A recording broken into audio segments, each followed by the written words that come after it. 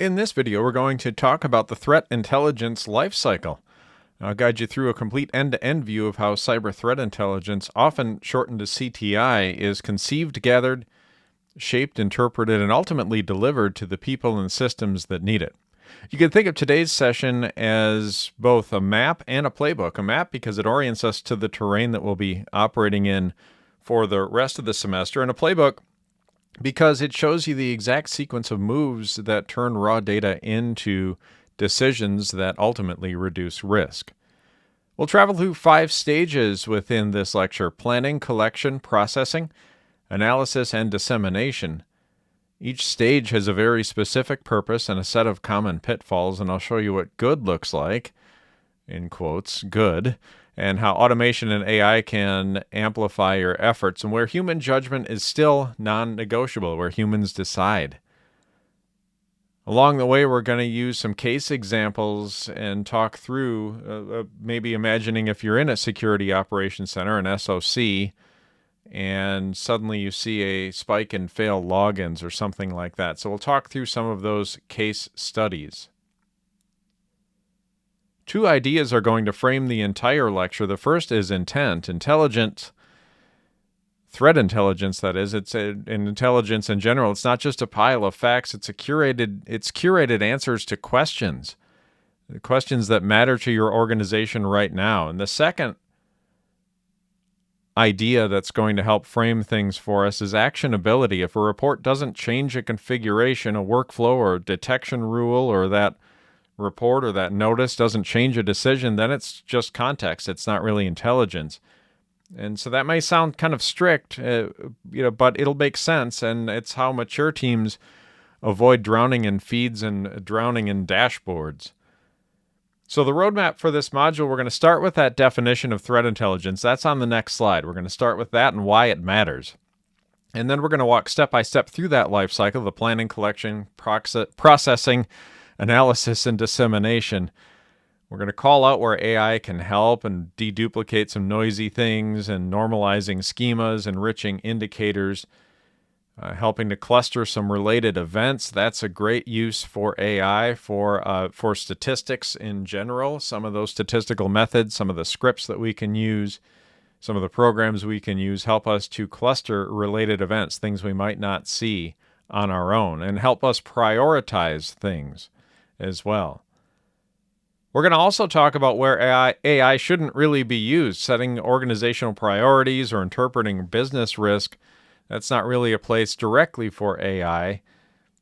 Approving mitigations, those types of things. If it's high impact, you want humans in the loop for that, at least at this point.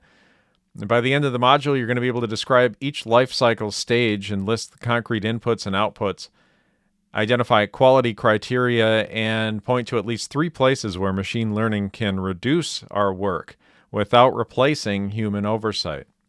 So keep that in mind. We're trying to reduce work. We're not trying to replace oversight. We're not trying to replace the human so much as help us to focus on areas of importance. So let's start off with exactly what threat intelligence is and what it isn't.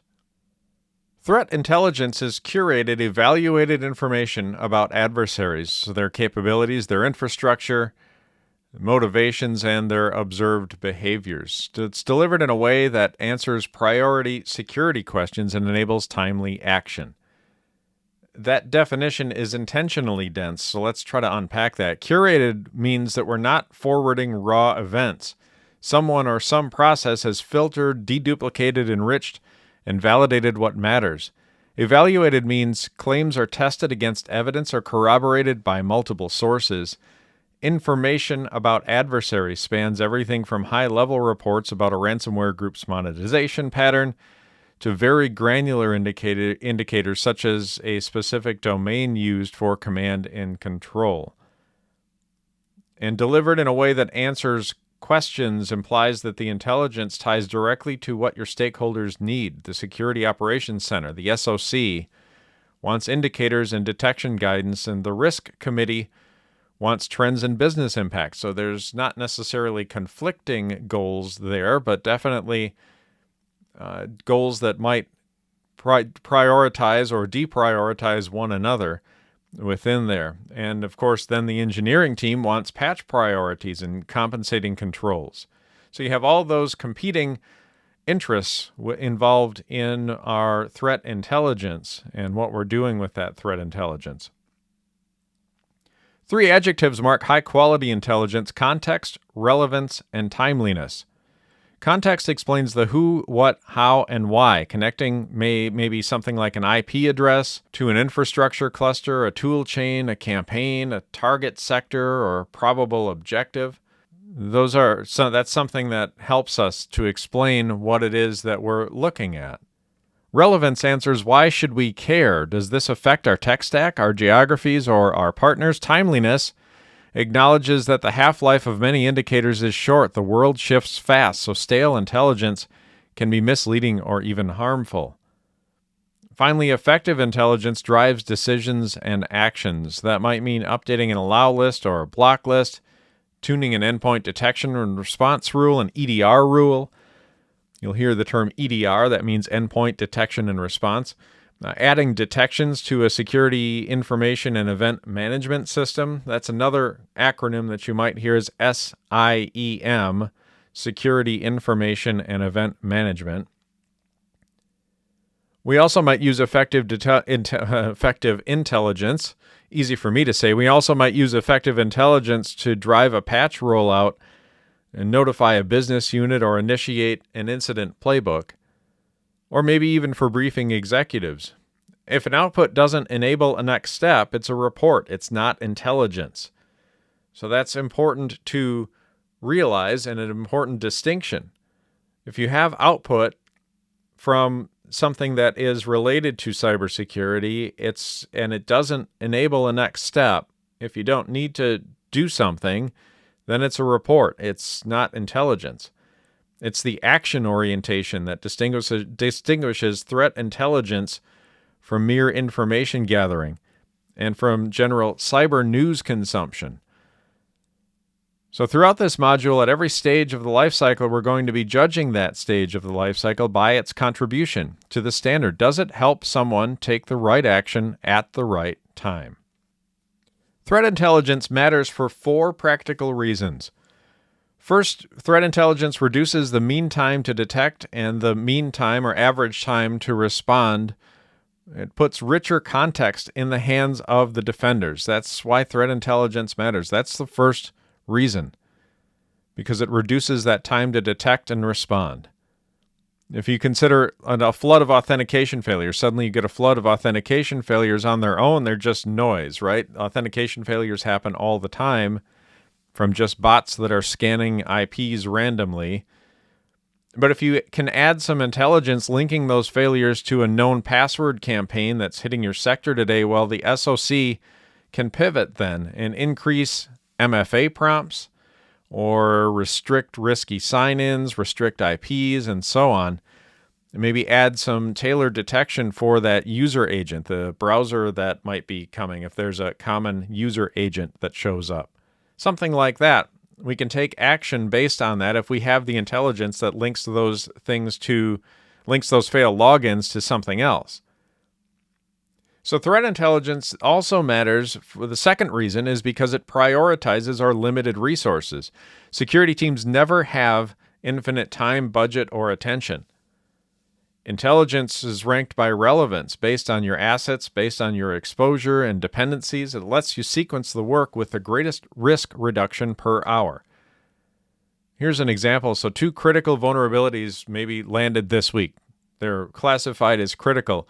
One affects a service that you don't actually operate. The other is reachable from the internet. It's something that people can actually access, and you operate it, and it's being actively exploited by others. Threat intelligence that surfaces that exploitation with fingerprints that are relevant to your environment can help you to focus where you're going to be patching things first, and helps to determine if the change and you need to get an emergency change window in place, a maintenance window or something like that. By having that intelligence to connect the dots, if you will, that helps significantly. Or maybe you can put some compensating controls in place because that one critical vulnerability actually matters to you. The other one doesn't matter. Maybe you don't run that operating system or you don't run that system at all. So the third reason that threat intelligence matters is because it can help you anticipate adversary behavior. Campaigns that adversaries take out when they attack, those attack campaigns have life cycles. And things can maybe be reused. Think of cloud IPs. If you spin up an instance in the cloud, that might use an IP that someone else had already. So that infrastructure can be reused, and sometimes there'll be some fingerprints there. And by tracking the clusters over time, you can predict next hop infrastructure, you can predict lateral movements, and so on. Or maybe even find the initial attack vector, the initial access vector, if someone uses some type of scenario that knocks on the door in a certain way, follows a certain pattern to check for open ports, and there's no reason for somebody to be checking for open ports, and you know that that's how they get access, well, then you can just instantly block that IP or take another action appropriately and preempt that. And so it turns the defenders from purely reactive responders into prepared opponents by being able to anticipate behavior of the attacker. And the fourth and final reason that threat intelligence matters is because it aligns security directly to business risk.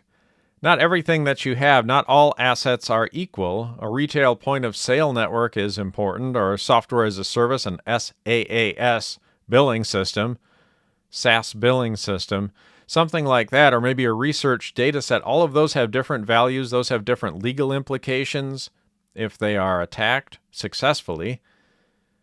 Mapping the likely adversaries and the plausible threats to those processes helps to produce intelligence that informs not only technical mitigations, but continuity planning, insurance decisions, and regulatory communications, those types of things. In other words, intelligence ties cyber events to business outcomes. That helps with the argument that sometimes you might have that cybersecurity is just a cost area rather than being something that helps the business. Well, threat intelligence definitely helps with that discussion. Transforms security from a cost center into a risk management partner. So the takeaway is really simple here. Threat intelligence compresses time, focuses effort, helps to anticipate the moves, and helps to ground security in business reality. We're trying to guard business assets. So the life cycle that we're about to cover is the machinery that makes those benefits repeatable.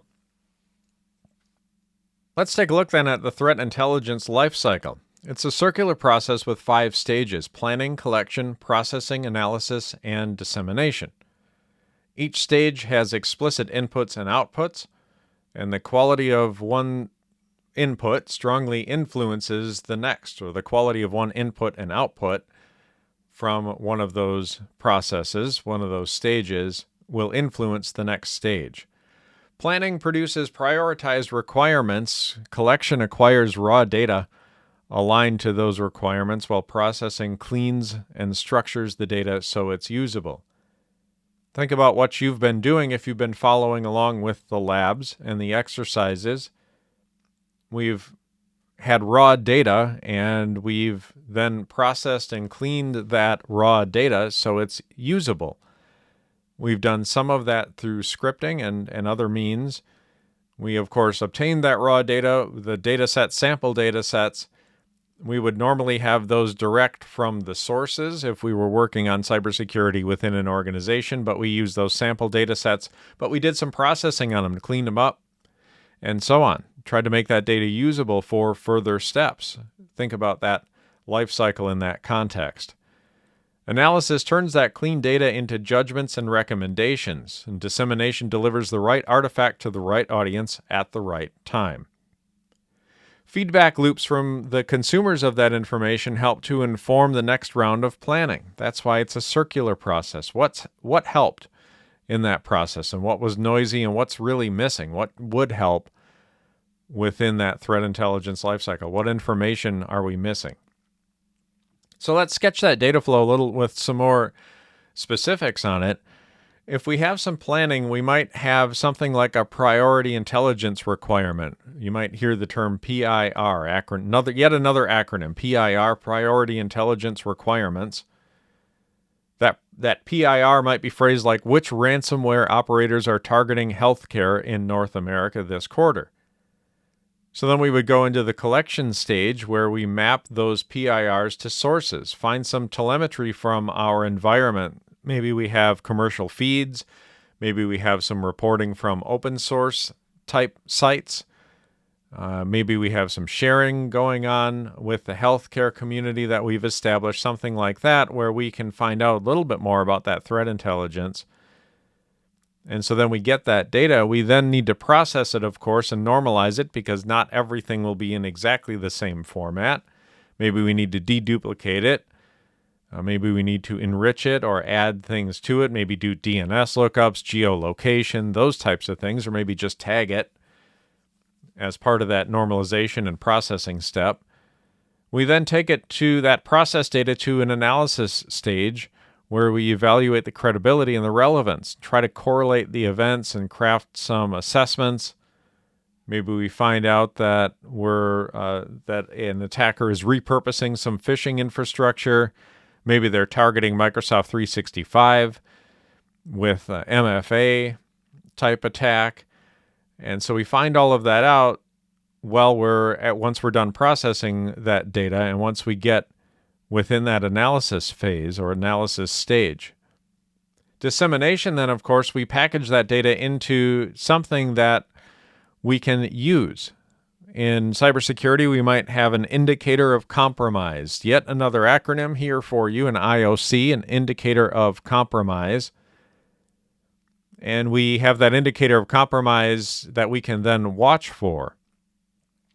Something that we can look at and maybe create a guide for how to handle it. Maybe we can make an executive brief with the implications of that. A short little brief on what might happen if the MFA gets taken over, if someone steals an account through MFA, or whatever the case may be. AI is going to fit into this, of course, in various ways. Within that collection phase, AI will help to parse and summarize long reports, and it'll do that at scale. It really helps with that process. Think about if you completed the exercise to take the feature column names and apply those feature column names to the data set. Think about the script that you might have written for that, or hopefully wrote for that. And now you'd be able to take that script every week and take that data and join it together and be able to parse that data. So that's where AI can help. AI might have helped you make that script. And it could then create that report for you. And we've had another exercise where AI helped to summarize things as well. Analysis is where it helped as well, of course, in processing, deduplicating, surfacing the clusters. We'll talk about how AI in the future can help with some unsupervised techniques, help us to rank anomalies, maybe draft some summaries as well. And of course, dissemination, AI can help with that as well. It's human governance, though, that sets the priority intelligence requirements, those PIRs.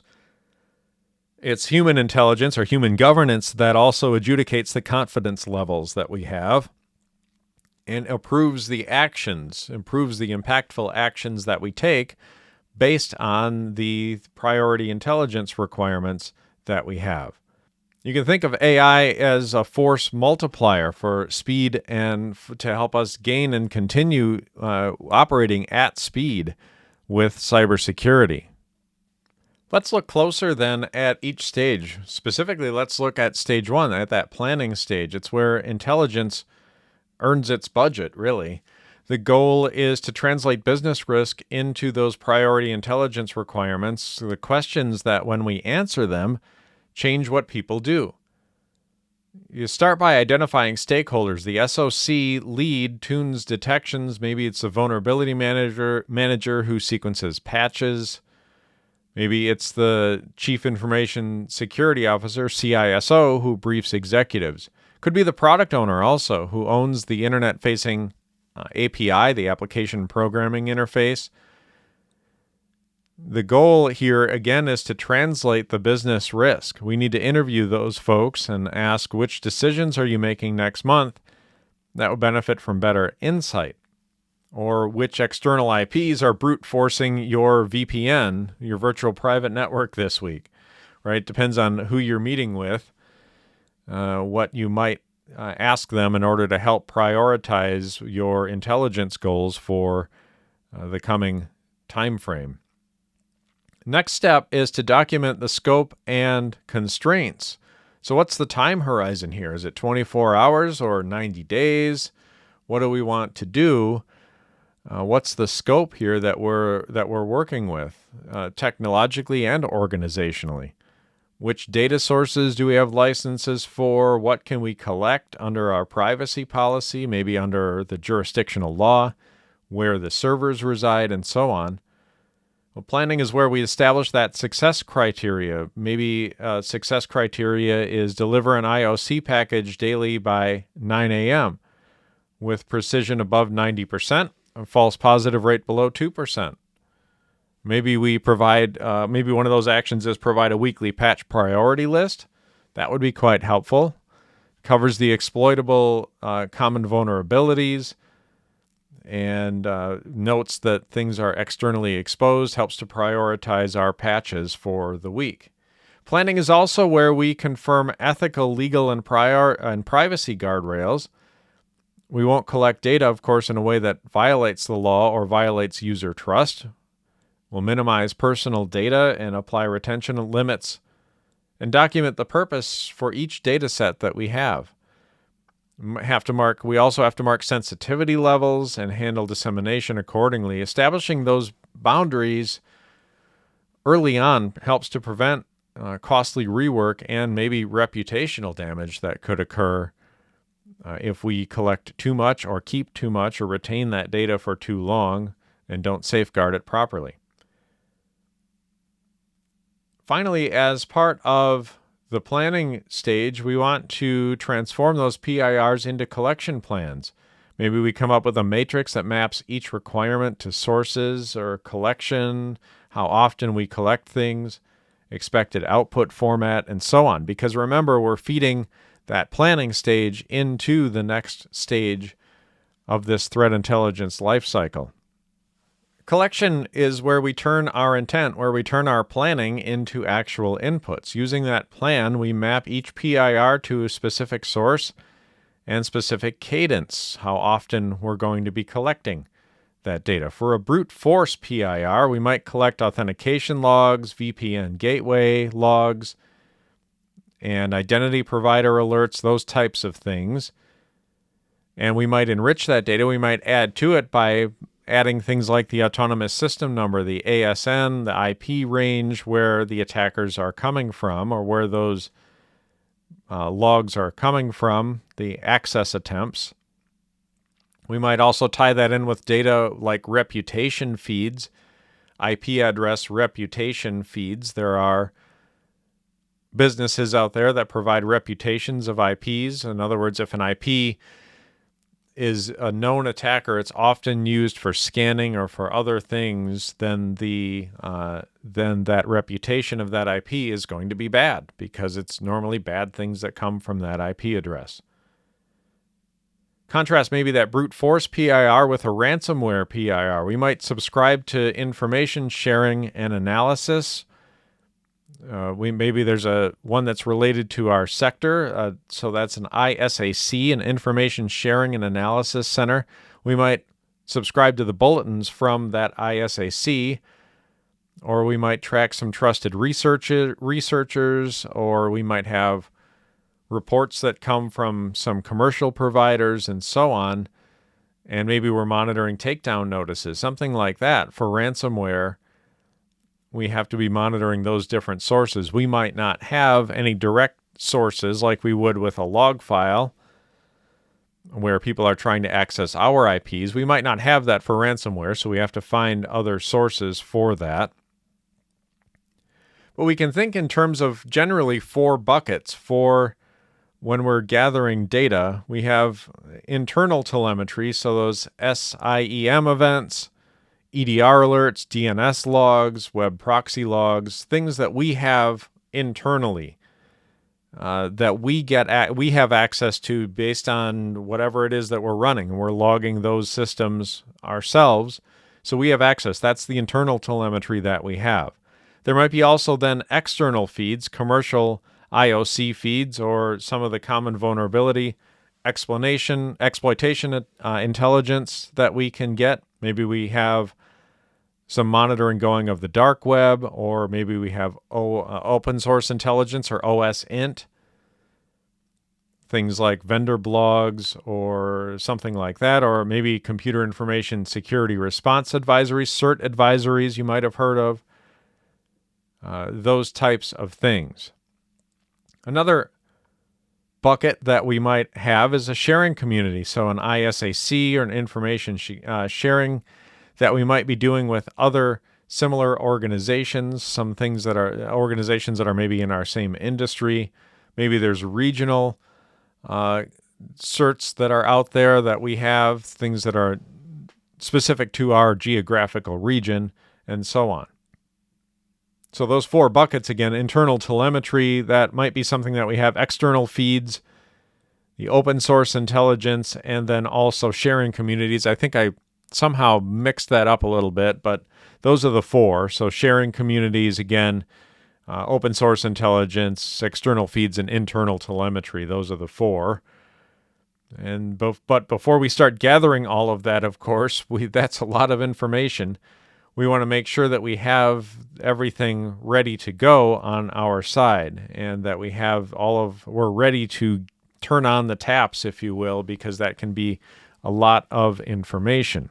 And we have to also be aware that there might be gaps in what we're logging. We might not be logging as rich of information as we would like. Before we start relying on that information, we want to make sure that we have the information that we think we have. And if we don't, then find a different location. Maybe we can get that, turn logging up, or make sure that we're logging the correct things in order to have the best threat intelligence possible as we're collecting it.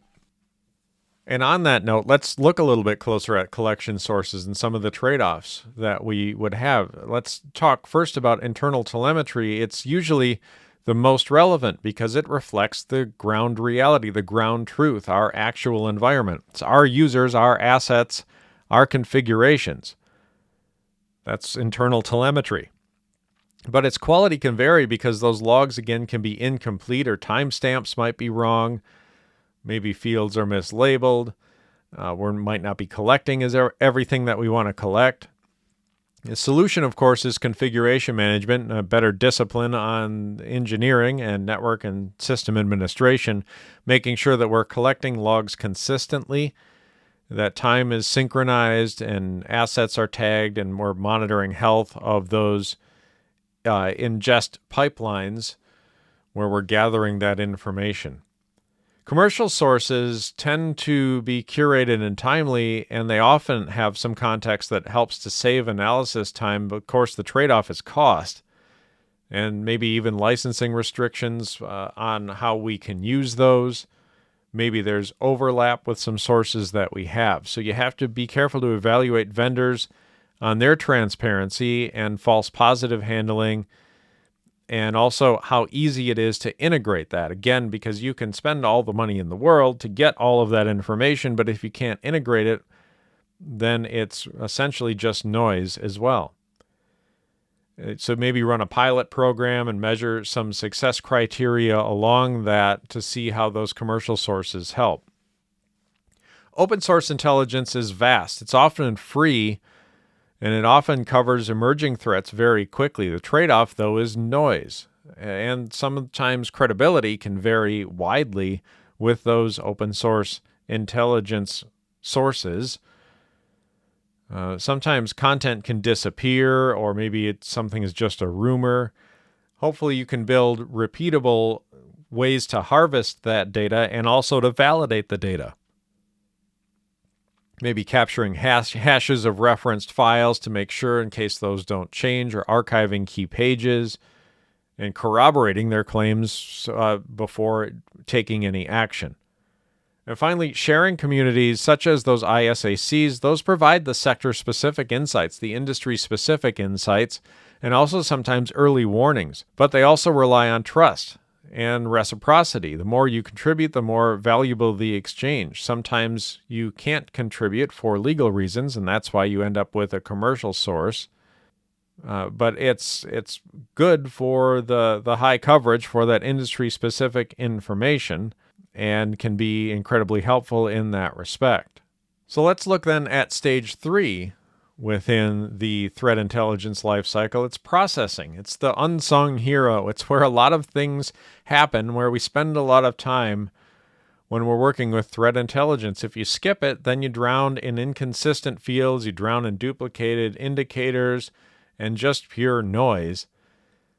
But if you do processing right, then you end up with rich information from this phase. The goal is normalization, cleaning, and enrichment and packaging of the information that you've taken in from your earlier stages. Normalization, of course, means standardizing schemas. Consistent field names for IP addresses is a simple one. Consistent field names for domains, for URLs, user IDs, process names, timestamps. Make sure the timestamp has the time zone, maybe in ISO 8601 format. Shout out to PHP because it has a ISO 8601 date format built in. Standard encodings, of course, those will help, making sure the text is encoded. UTF-8 is the standard now. Making sure that text is brought in correctly. If you have things like protocol names, normalizing those category fields, country codes, use canonical values for those. Find the standard for those and use that everywhere. It's non-trivial, this processing phase, because things aren't always named the same. Think about IP addresses, IP_address, IP-address, and then case sensitivity. All of that plays a factor in the processing phase. And that's, of course, part of the cleaning process, which covers some deduplication and some denoising as well. We might have multiple fields that contain things. We might have things that are almost duplicates of one another. Maybe it's just a formatting difference, and you have to find those. So fuzzy matching, canonicalization, that helps to merge the equivalents, and also filtering out things, known good infrastructure, filtering out your own domains, filtering out your own IPs where appropriate, helps to reduce false positives. You can remove expired indicators. Maybe you have a time deliver, a TTL in there, and if it's expired, doesn't matter anymore. You can get that out of there. You're trying to deduplicate and denoise this rich amount and huge amount of data. And speaking of rich amount of data, you're trying to enrich the data as well by adding context to it. You might do a who is lookup. You might grab that registration record or a DNS lookup. Might grab a TLS certificate where appropriate.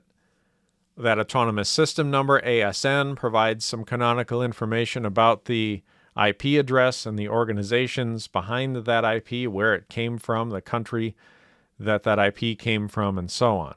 All of those help to enrich the information that you have. And attaching some provenance and some confidence with that data also helps.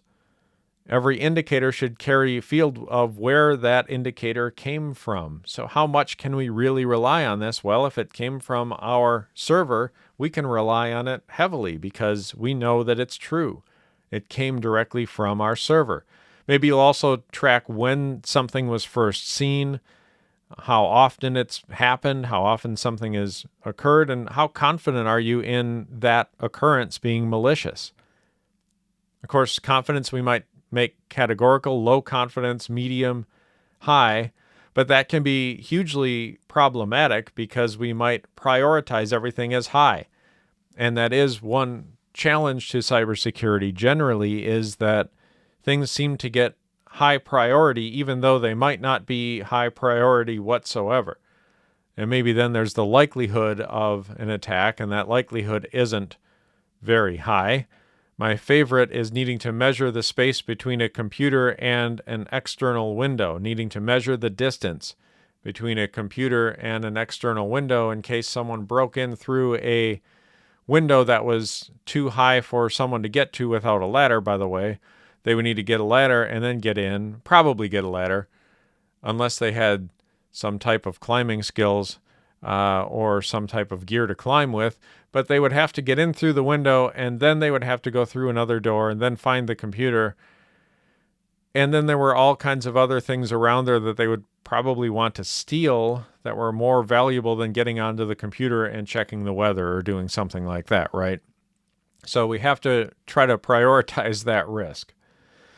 But I digress. We can so that's looking at how confident we are in something happening and then prioritizing it accordingly, or categorizing that risk. We can also package analytic-ready data sets. So if we make SQL tables, we might do that, or we might do something if we know that we need to gather statistics on it. We might shape the data in a certain way to make statistical work easier.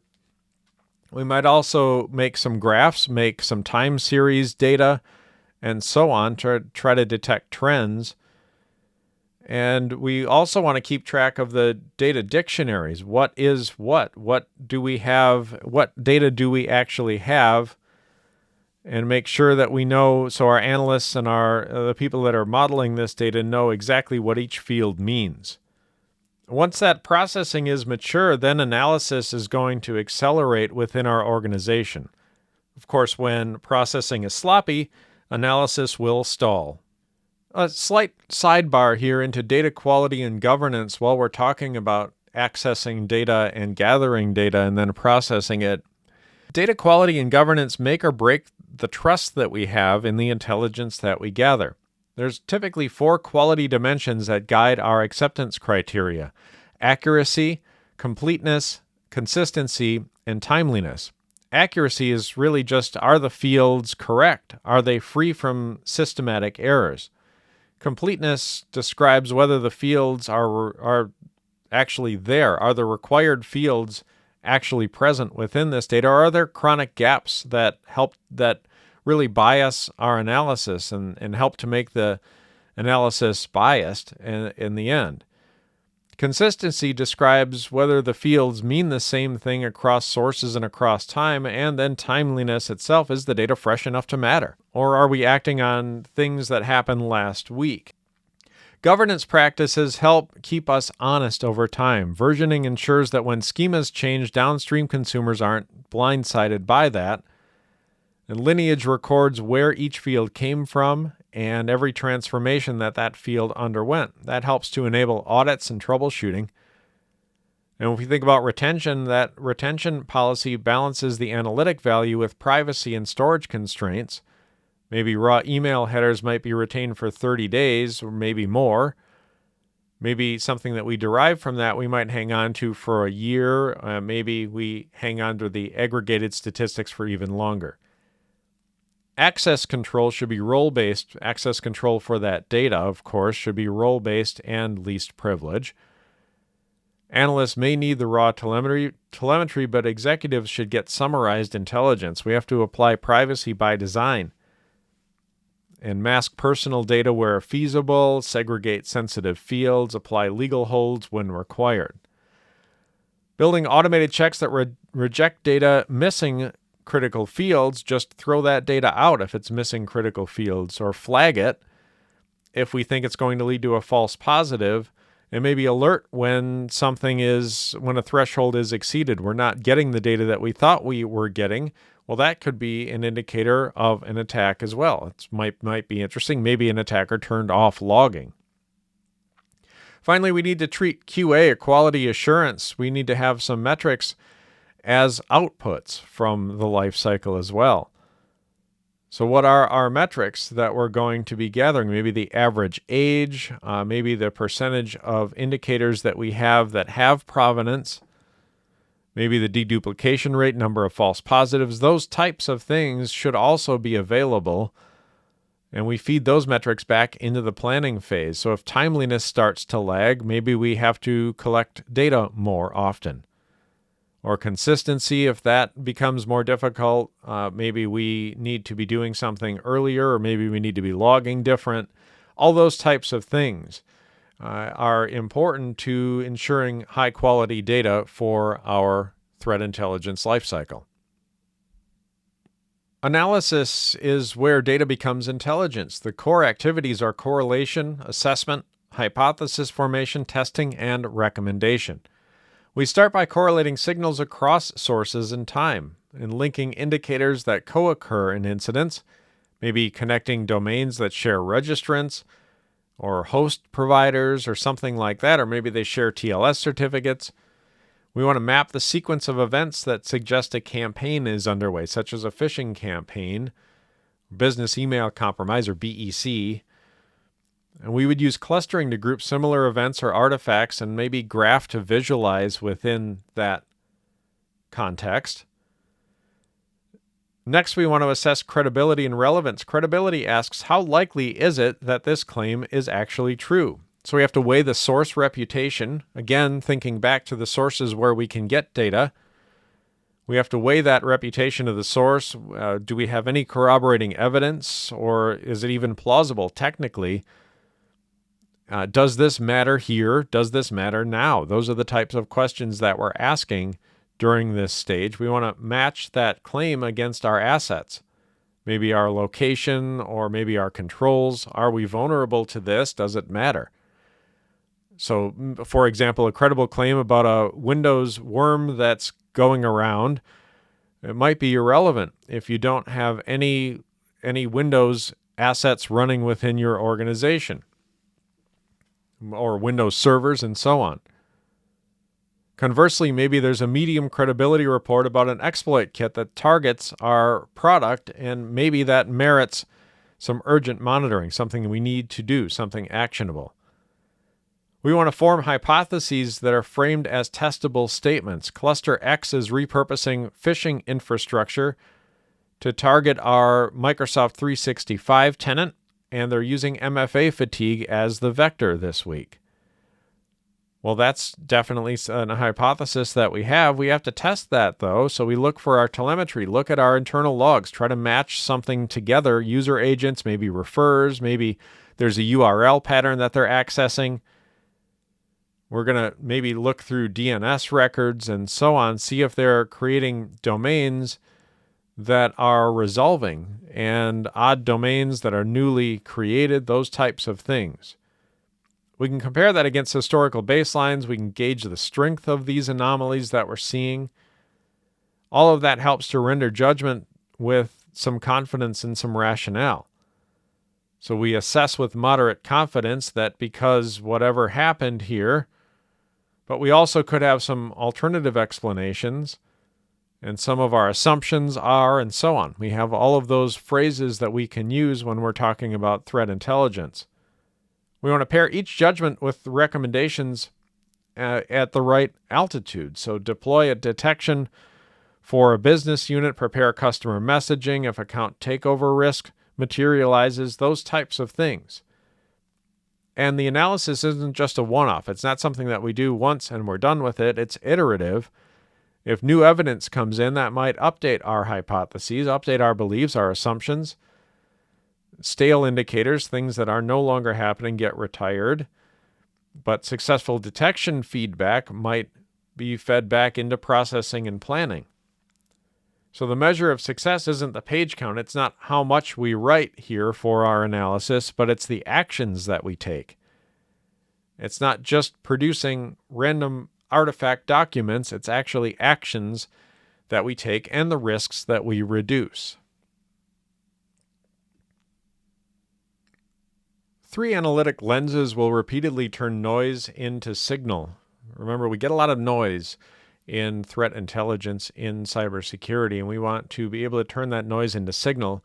Those 3 things are graphs, clusters, and timelines. Graphs represent entities, so domains, IPs, certificates, hashes, accounts. and it represents those as nodes with edges that represent relationships. Resolved to or co-occurred in the same incident, shares registrar email. Think about the relationships between those things. Maybe IP addresses happened in the same incident. Maybe a website, a phishing site is signed by the same certificate. A graph exposes the hubs of reuse that we'll find. Maybe clusters within there.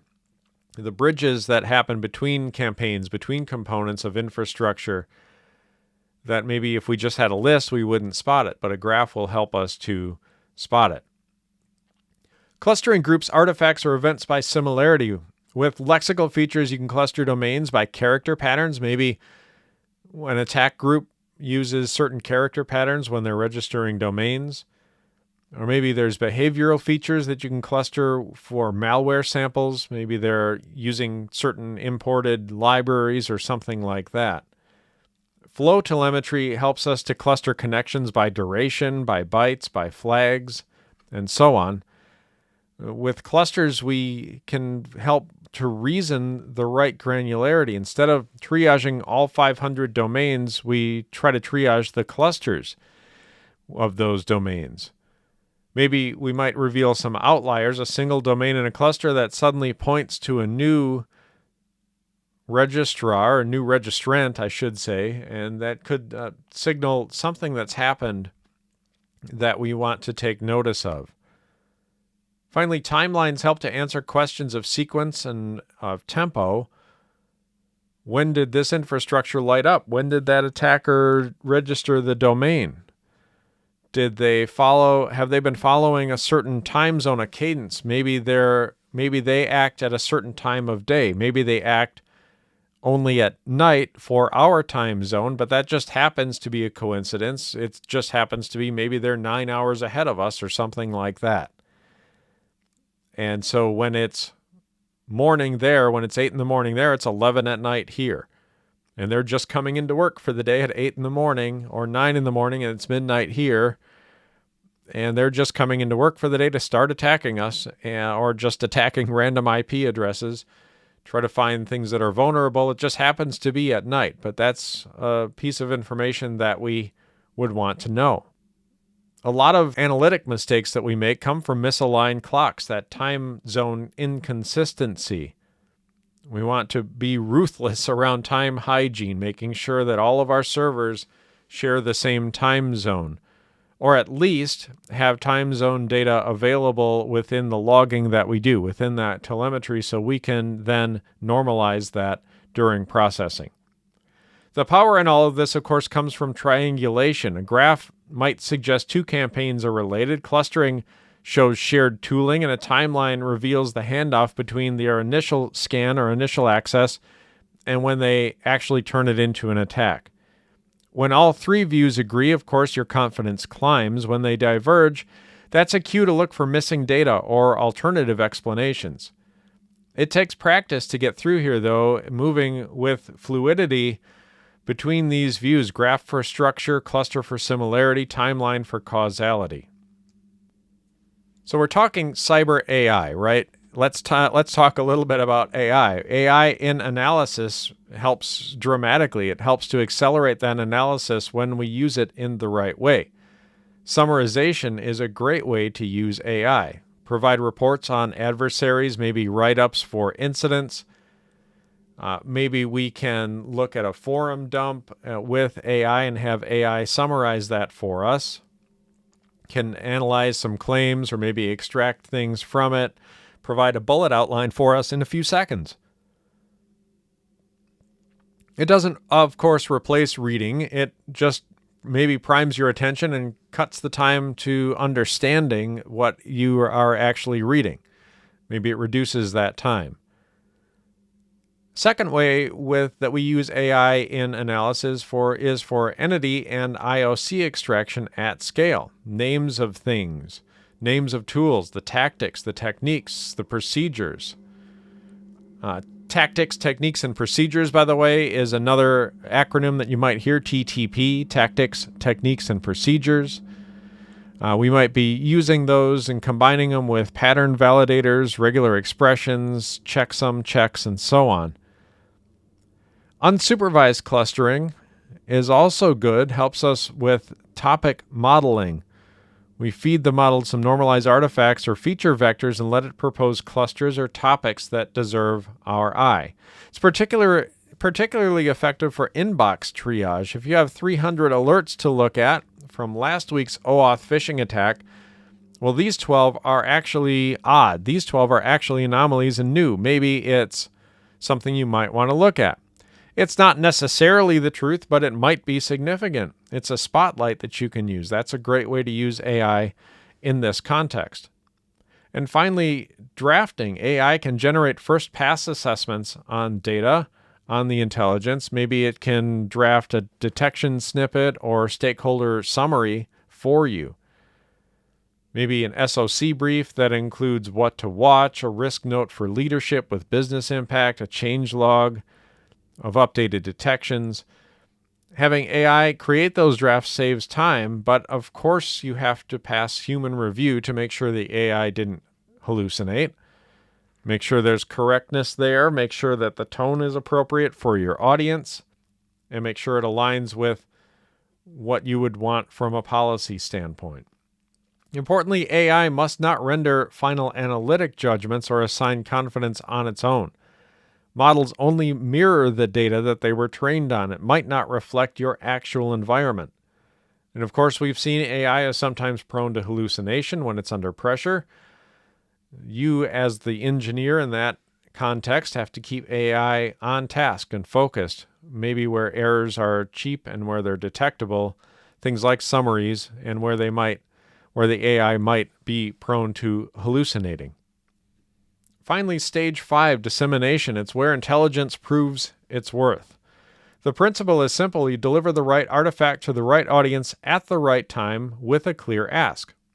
We typically publish on 3 tiers. Tactical artifacts target operators and systems now. Indicator packages in machine-readable formats, detection logic snippets, blocking recommendations with time to live or TTL values, and step-by-step playbooks. Operational artifacts target managers and engineers, weekly trend briefs, patch prioritization lists with asset overlays, and incident retrospective with process improvements. And strategic artifacts target executives and risk owners, quarterly threat landscape scenario analyses, and recommendations tied to business outcome. Those are the 3 tiers, again, tactical, operational, and strategic. Actionability hinges on format and specificity. If you deliver IOCs, include field names, schemas, expiration guidance, and test cases. If you deliver detections, provide severity, rationale, tuning guidance, and false positive considerations, alternative outcomes, or alternative reasoning at least. If you brief leadership, put the bottom line up front. We assess with high confidence that X will target Y in the next day, and our exposure is this.